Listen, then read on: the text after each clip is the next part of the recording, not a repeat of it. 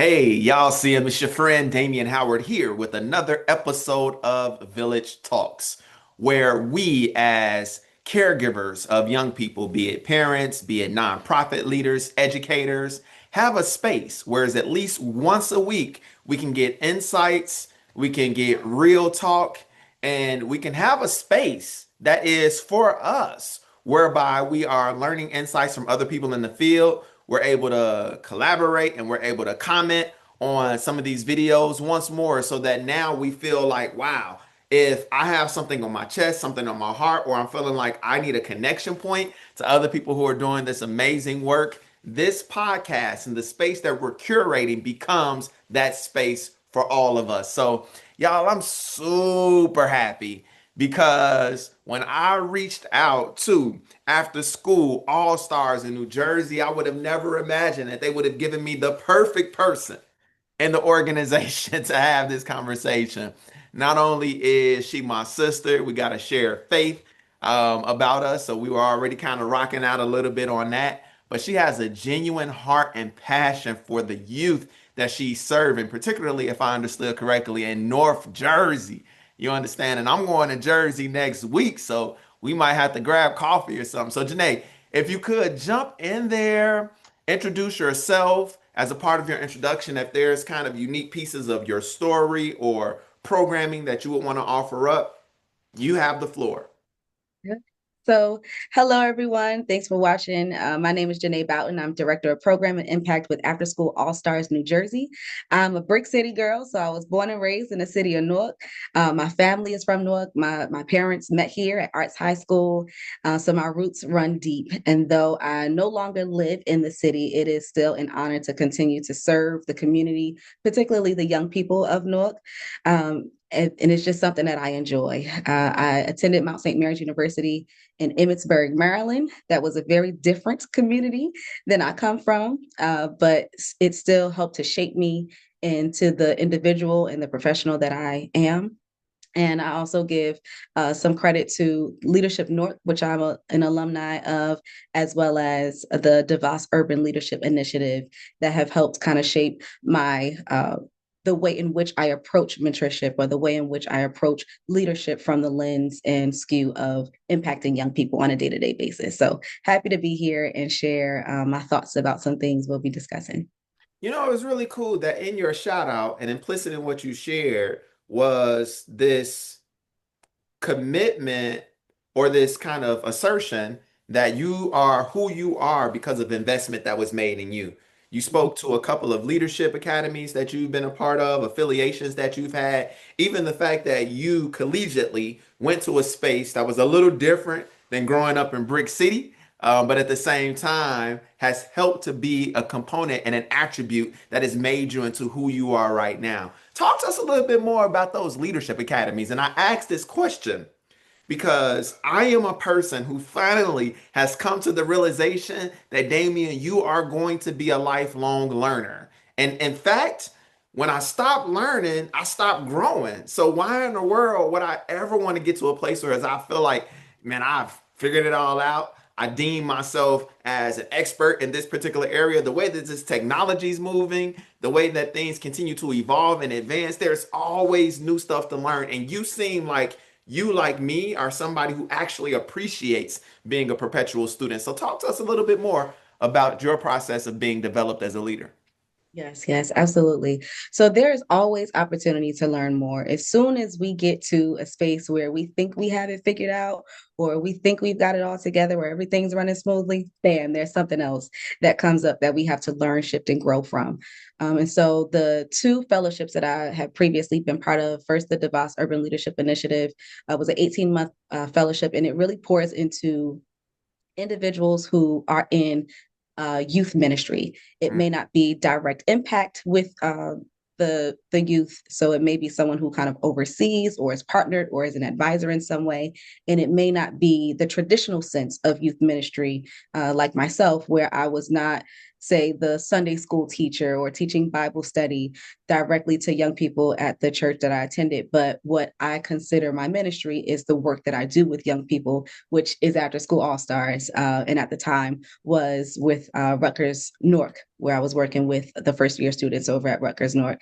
And so it just pours into those individuals. It is something that is unlike anything I've seen, in that there is no cost to being a part of that fellowship, but it really is for individuals who really have a heart and yearning to uplift young people in a way um, that empowers them and brings something out of them.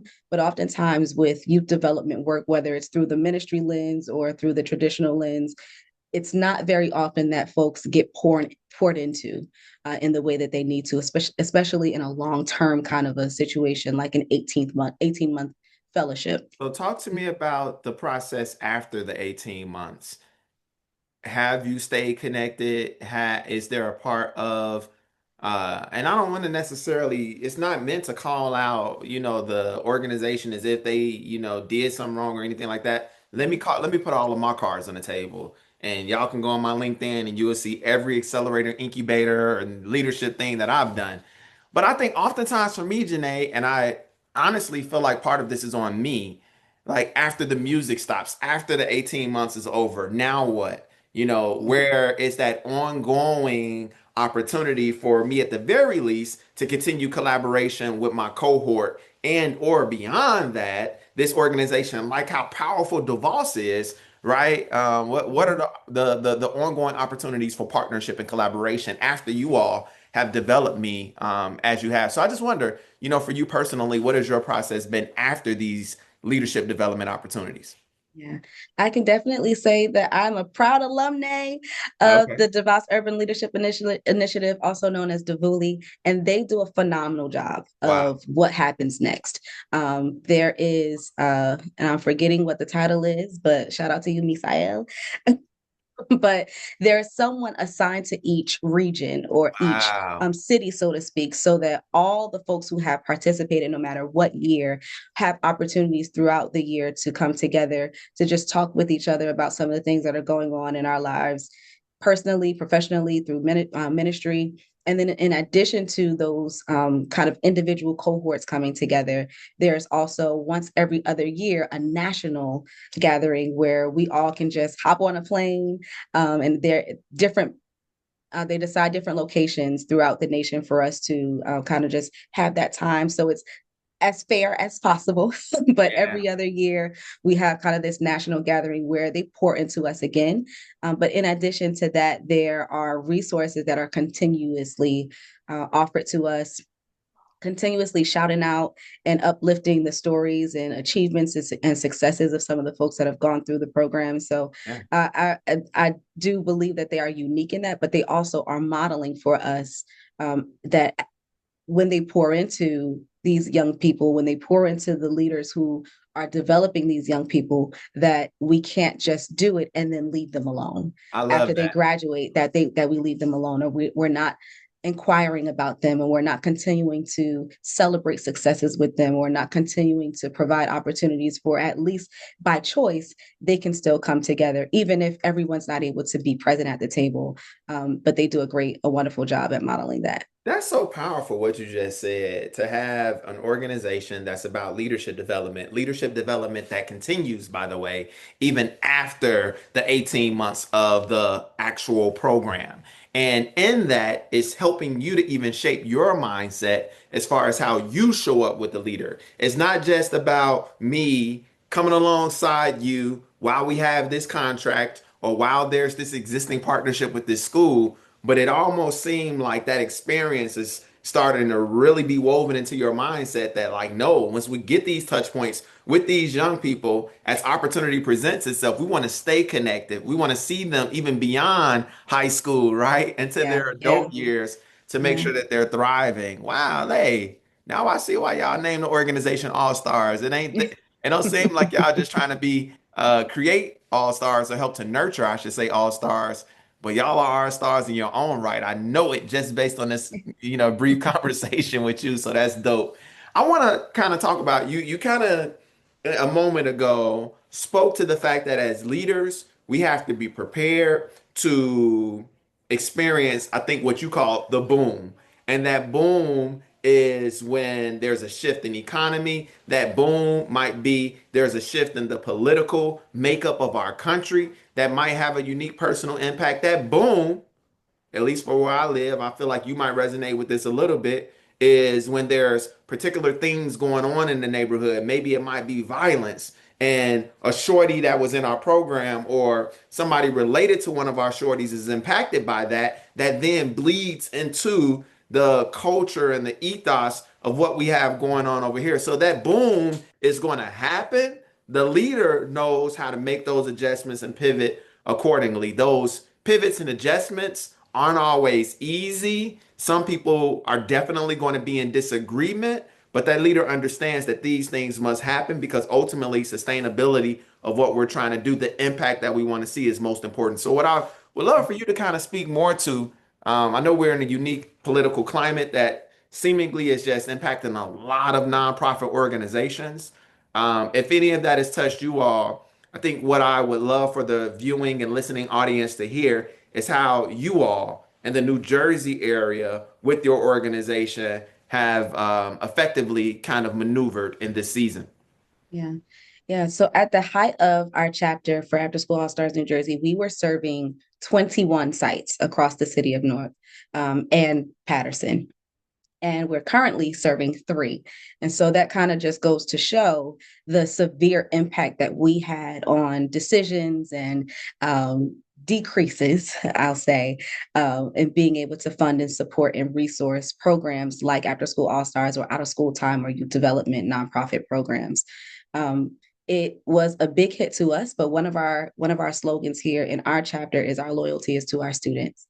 And it was hard to see at one of our main events. Typically, every August, we have a resource fair and we invite all the family members, community members. We usually have 300 plus folks there. And it's at that event that we do the pre registration and enrollment for our scholars. And the families know they expect it to happen. And so this year, we had a number of families come and they were expecting to enroll in the program. And it was so heart wrenching to have to turn families around and say, I'm sorry, but we're not serving at your school this upcoming year. And these are schools that we've been serving for beyond the last decade, where we've had five of their scholars and maybe siblings or cousins where we've kind of grown up with those scholars and grown up with those families and have these personal relationships with them. And now to have to say, we're no longer serving there. And that was in large part to due to a lot of the funding cuts that have happened with nonprofits, but particularly the out of school time profession.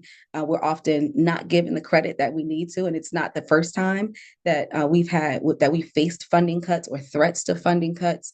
It's something that we advocate for every year, that we rally families, we rally our student leaders, we rally our team, and we get together with other professionals in the OST space to kind of just get the word out there and advocate for the need, because it's not just the need of the students being in the building, but programs like ours that have students until 6 p.m. or beyond, we're allowing for working families to continue to have that job that they don't get off until 5:30, or to allow students to be exposed to skills that they may not be able to be exposed to because maybe their family or their village doesn't have $1,000 for them to be enrolled in a karate class or a Japanese calligraphy class, but they can get it here.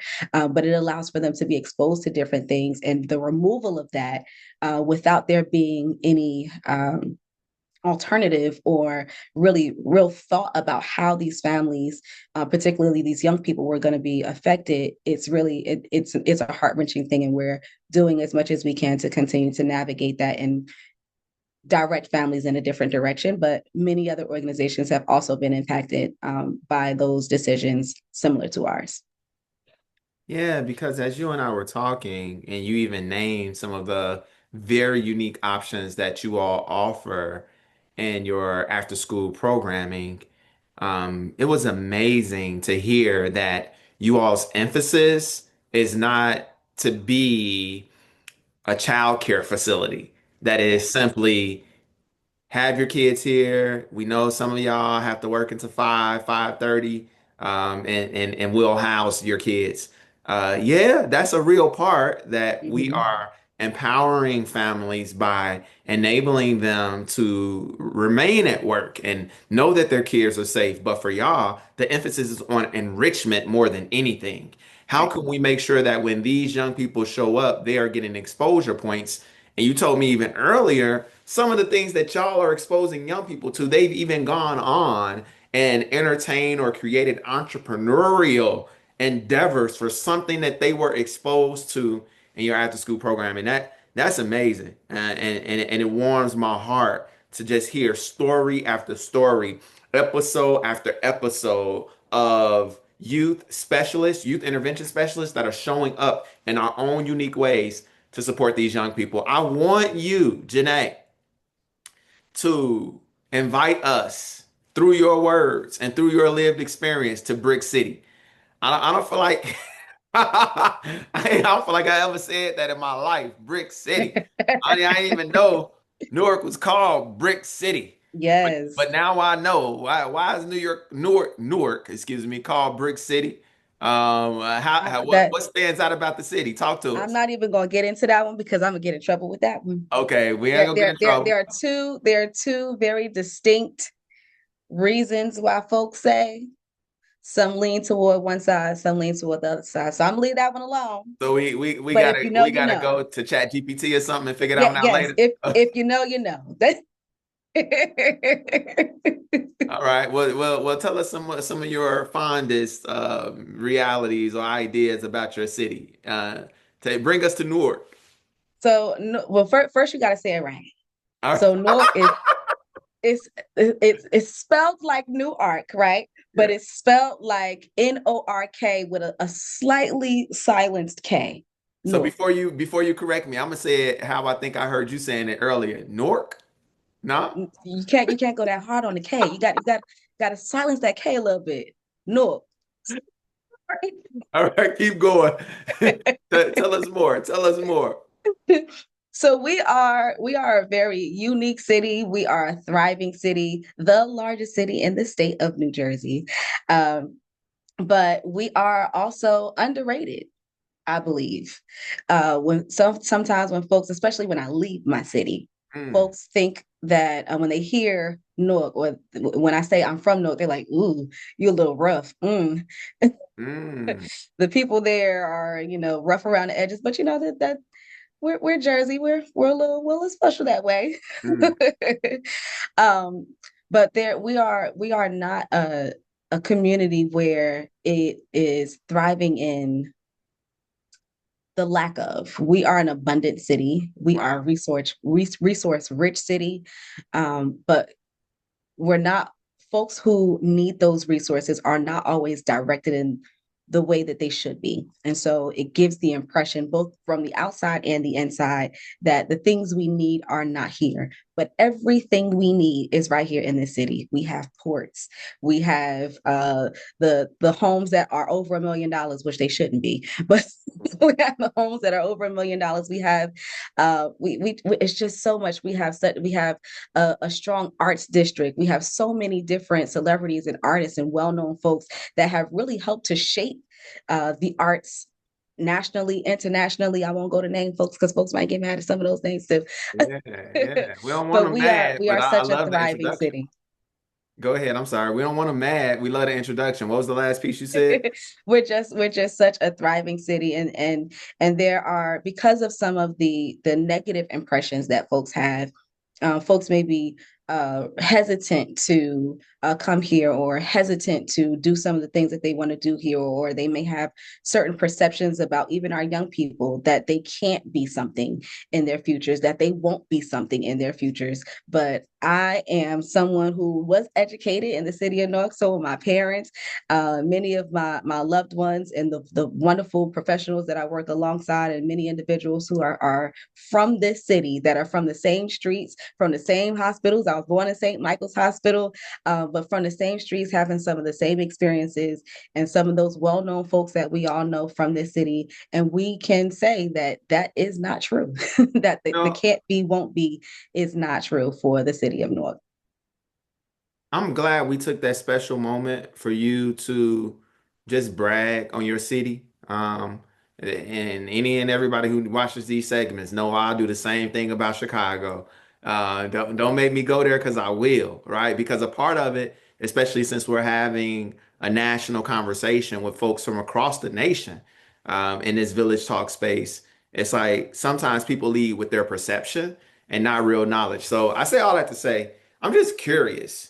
In what way does after school all stars help your young people to see the star power in their own city as well, right? Like the same way that you rep for your city, like how are we exposing the young people to the nuances of the art that's in the city and some of those other pieces? Again, I heard you earlier use the word exposure. So specifically as it pertains to the geography by which these young people are being reared in, like, yeah, like what's that exposure look like there? Yeah. So a few ways. First, I would say that for most of the staff, most of the grown-ups who are interacting with our scholars, with After School All-Stars, are from here or Mm, are connected to this city in some way. And so they're seeing folks who are doing things that they're interested in, that they're planting seeds in them, but they're seeing those individuals, us, as the adults and grown-ups who are working with them, as successful people in our own right, working in a field or doing something in a field that they're interested in. So they're looking at their fashion design teacher and seeing, oh, well, I can do that. And this person's from here. Or mm, they're looking at their Japanese calligraphy instructor and saying, oh, this person doesn't only know English, but they know Japanese sign language. It can teach me something else about someone else's culture and they're from here. So that's one thing for sure, is just having that relatability because um, we have a shared experience based on just where we come from. In addition to that, part of our vision of After School All Stars nationally is that we want for our scholars to graduate from high school, go to college, find careers they love, and then serve their communities. mm, And that last piece, we emphasize for them that community is whatever they perceive their community to be. It could be their world community, it could be their state, it could be their family, it could be their school community. But we also emphasize that their community is right here in this city. And so when we have opportunities with them, once they graduate, or even as we're doing service learning opportunities with our youth leaders, our ambassador program, or our youth advisory board, we are finding opportunities in this city where they have the opportunity to pour into the city themselves.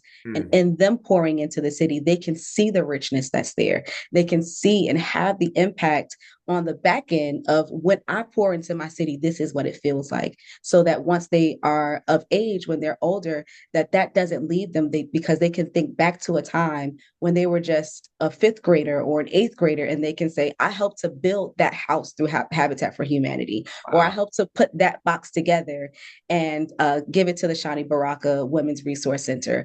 And they can think back on those experiences, and when or if they leave, or even if they continue to be here, they have a connection that's there, that's beyond just their school, it's beyond their family, but they can be connected in ways where they are having that urge to continue to pour into the city themselves. That's what's up. So Janae, you and I both came up in the black church. Both of us love the black church. Wait, I guess I'm assuming that you say you're in church all the time, so it made me Yes, assume that you at a black church. yes, all the Y'all probably time. y'all still got two services on Sundays or not Not that yet, but Pastor talk about it right after resurrection. We going back to two services. So, what's your favorite song that comes to mind when you think of your church experience? I'm just curious. My favorite song, uh, that's a great question. Yeah, I'm And just now my curious. brain is like this one, this one, this one, this Yeah, one. yeah, it's so many you But could I'll choose pick from. one. I'll pick one. I would say "Pour Me Out" by Naomi Rain. Okay, I would okay. say "Pour Me Out," and the Now you reason, got to give us a line. Remind us what's that one talking about? What's "Pour Me Out" talking about? So one Oh, line in it says, I stepped down from the throne of my heart, saying, all I am, it was yours from the start. oh wow, Um, okay. and Deep. so, yes, yes. So that song, it gets me every time. Yeah, But that song is really just a reminder to just how I want to continue to show up and have my life experience, but yeah, also how I want other people to experience me as well. That everything that I do, that I'm doing it to the will and under the authority of the God that I serve, and that my goal every day is that I am releasing of myself so that others can see the light in me.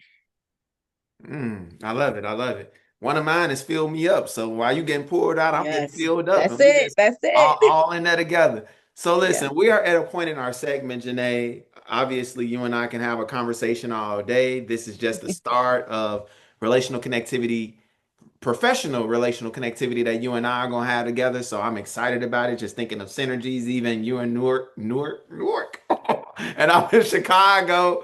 You hear me? We're gonna still figure out how we can come together to put on for these kids. That is what it's about. And I Yes. just love the energy that was exuded and shared with us, namely the viewing audience.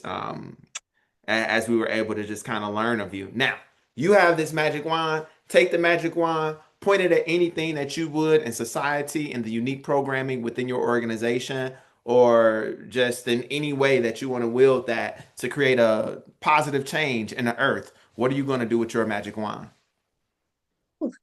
Wish I could do a bunch of things, but one thing I would do is to put some respect on the OST name, the out of school Oh, time got name. you. Okay. um in that, like you mentioned, we are not just the glorified babysitters, but we are a necessary part of the village. Mm, And so with that respect that is given to this profession, and the respect that's given to just this community and what we provide to young people and families, I think that would help to expand opportunities for resources, opportunities for us to continue to impact young people and families and communities in ways that we have not been able to, or due to decisions or deficits or funding, that we will continue to grow and expand, or even get back to those communities that we have now had to make decisions to be removed from. mm, But in addition to kind of that magic wand, also just helping to ensure that in our communities with our young people, particularly, that we are not stifling their exposure to real history, because their history will continue to help to shape how they see themselves in the present, as well as how they see themselves in the future. And not only their familial history or their local regional history, but their history of who they are, their culture, where they come from, and the landscape of how we came to be here, how we came to be as individuals, and kind of help set the tone for why some of the things are happening, or how some of the things are happening, and how they are similar to things that have happened in the past, how we have been successful then, and how we can take that as take those as lessons for how we can be successful in the future. Yeah, you talking about things that happened in the past. You gonna lead us on a march and a speech on the Washington Listen, Memorial? Is Are you listen. gonna be at the mic? What talk to us? You lead that this next time? I've been at the marches now. Oh, okay. Now I look like we need you on the microphone. Stop playing with us.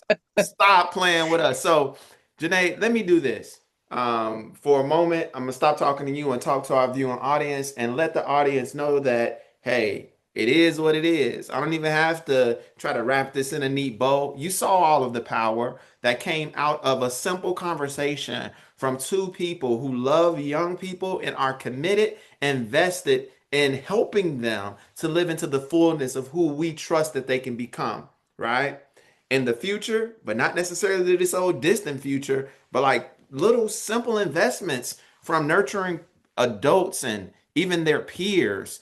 Giving to our young people can make a monumental change, and we can't even start to limit the possibility for change that can happen even in an instant, right? When we show up and we keep showing up. So, just super excited for Janae and all that she brought to our Village Talk segment today. The reason I wanted to holler at y'all real quick, because now, Janae, I want to give it back over to you and actually give you the final word. I don't want to say anything else after you drop this bomb on our listening audience to give them, having gone through this segment and just even had some thoughts before coming here, what is that last piece of wisdom that you want to drop on us before we get out of here today?